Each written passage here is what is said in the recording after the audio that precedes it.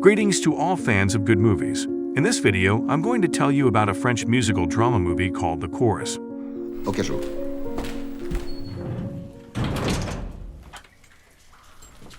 At the beginning of the film, we are introduced to one of the best conductors of our time, Pierre Morange, who is currently on a world tour.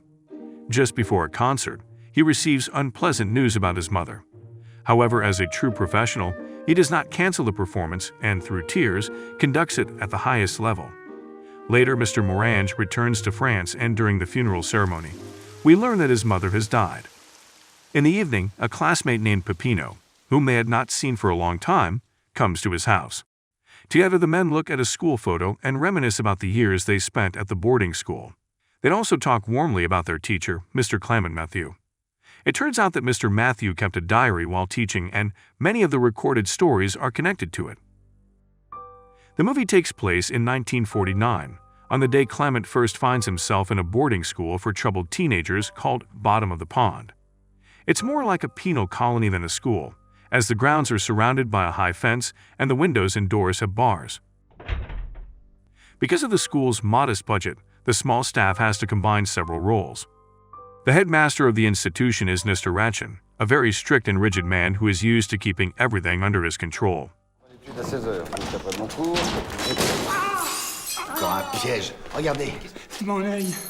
One of the students sets a booby trap on the door, seriously injuring the school's elderly caretaker.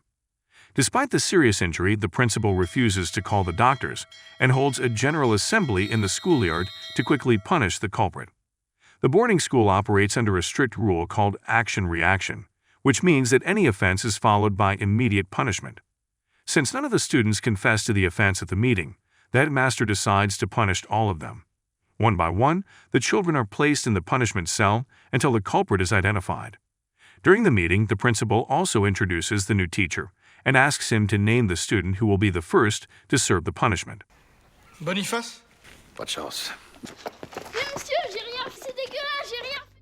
Our character is surprised by such a strict approach, but the headmaster assures him that it is impossible to do otherwise with these children. At the meeting, Clement is brought up to date. It turns out that the former teacher decided to quit after the kids stabbed him with scissors when he tried to take away their cigarettes. The man gives Clement the name of the most dangerous student to fear. He also gives him the name of the boy who set the trap. The man overheard him bragging about it to his friends. Allez, je vous les laisse. Bonne chance. There were only two teachers at the boarding school. The headmaster taught literature and history, while Mr. Langlois taught all other subjects. Our character had previously taught music, and he had never had to do any educational work, especially with such troubled children. During the first lesson, the children do not listen to the new teacher at all. They call the names and taunt him. Only when the principal enters the classroom do all the children immediately shut up and sit down.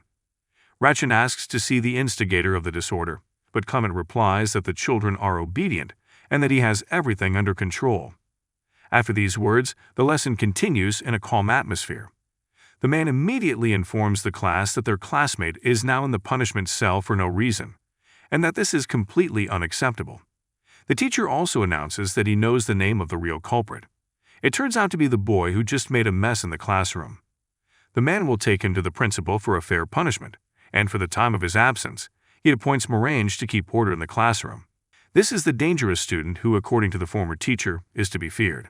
Puisqu'on dit que les fortes têtes ont beaucoup d'autorité sur leurs camarades, montrez-le. In the hallway, the perpetrator confesses and asks not to be reported to the principal. The teacher agrees, but on one condition. The boy will have to take care of the wounded caretaker until he recovers. Back in the classroom, we see that instead of keeping order, Morange is drawing a caricature of the new teacher on the blackboard.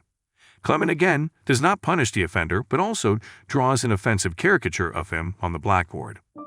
The man also asks all the students to write some information about themselves and what they want to be in the future. In the evening, before going to bed, he reads all the entries. Many of the children dream of fabulous professions, such as an airship pilot or a tiger tamer, and no one wants to be a teacher. The next day, the delinquent student comes to the nurse's station and helps the doctor perform an examination. Clement tells the injured man that the boy had personally volunteered to take care of him.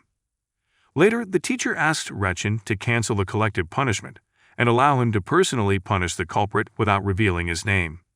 Vous n'aurez jamais de coupable, ou alors moi je suis le roi des imbéciles. Clement says that he already knows the culprit and, under the contract, will not extradite him. This method contradicts the boarding school's basic rule of action-reaction, but in order not to look like a fool, the headmaster is forced to agree to the experiment. Meanwhile, the boys break into their tutor's room and steal his most valuable possessions. They expected to see forbidden literature or secret data, but it turned out to be just music recorded on sheet music. When the children learned that their teacher was a musician, they quickly made up an offensive song and sang it all evening. Soon the song was heard by Clement himself. Following their convictions, he again did not punish anyone, but used the melody to write a new choral work. The next day, during lunch, Morange's mother appeared at the boarding school. She had come to check on her son and to bring him new clothes. Unfortunately, in the morning, the boy had misbehaved in class, and for this the headmaster put him in the punishment cell, and for punished children, dating is forbidden. Our character did not inform his mother about the punishment. He said that Pierre had an acute attack of toothache and was urgently sent to the dentist. From the conversation, we learn that Miss Morange is a single mother. Due to her busy job, she was unable to cope with her problem child and had to place him at bottom of the pond. Chaperon, vivre la Bretagne. Soprano, à gauche. In the next lesson, Clement decides to test his students' singing skills. It turns out that many of them are quite good, and thanks to singing, the man managed to get their attention. As a result, our character decides to form a school choir, but he still needs the headmaster's permission. Rachel again assures the teacher that it is a useless idea, since it is impossible to make such difficult children sing. But Clement replies that the children are already singing quite well under his guidance. When the headmaster hears this, he has no choice but to agree to Clement's proposal. At the end of the conversation, Rachin threatens to fire our character if the children in his class misbehave. Merci pour vos encouragements, monsieur le directeur. Soon a psychiatrist arrives at the boarding school, bringing with him a troubled young man who had been in a penal colony. The doctor wants to see if the free regime can have a positive effect on the troubled teenager. The headmaster agrees to help, and the guy is placed in Clement's class. Also that day, the troubled Morange finishes his punishment and returns to class. The teacher wants to determine the type of his voice, but the boy refuses to sing. Seeing this, the newcomer realizes that disobedience goes unpunished, so he quietly gets up and leaves the class. The rest of the students follow his example and try to leave as well. At that moment, the bell rings and everyone leaves for recess. The newcomer quickly gains authority among his classmates. He begins to extort money from the weak and completely disrupts the collective's discipline. Upon learning of this, Clement immediately tries to nip the injustice in the bud. Left alone with the troubled teenager, he speaks to him in a language he understands and regains control of the situation.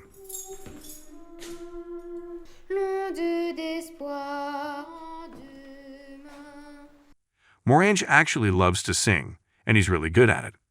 He refuses to sing in class because he wants to look cool in front of his classmates. The teacher notices this immediately. He tells the boy that all his antics and disobedience are completely inappropriate, and starting tomorrow, his participation in the choir is mandatory. Gradually, the whole choir grows stronger, and the teacher begins to give individual lessons to the gifted student. Our character is happy to have found such a rare talent. It gives him inspiration to write new musical works.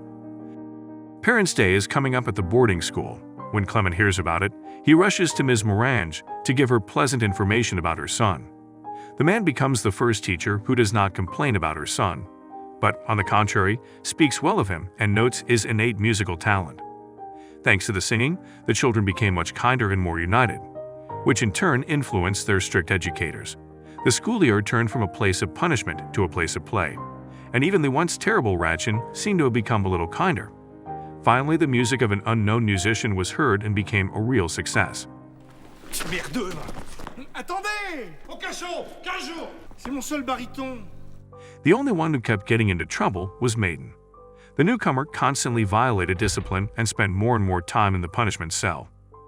One day during a general run, the guy escaped, and later it turned out that the school's money fund was also missing from the headmaster's office.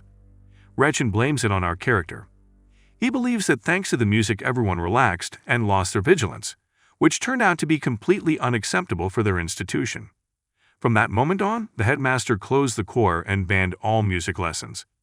Of course, this news saddened Clement, but the singing could no longer be stopped. The choir went underground and continued to make music in their free time between classes. Soon the gendarmes found the fugitive, and Maiden returned to the boarding school. In his usual manner, the headmaster tried to find out about the money, but the guy refused to confess.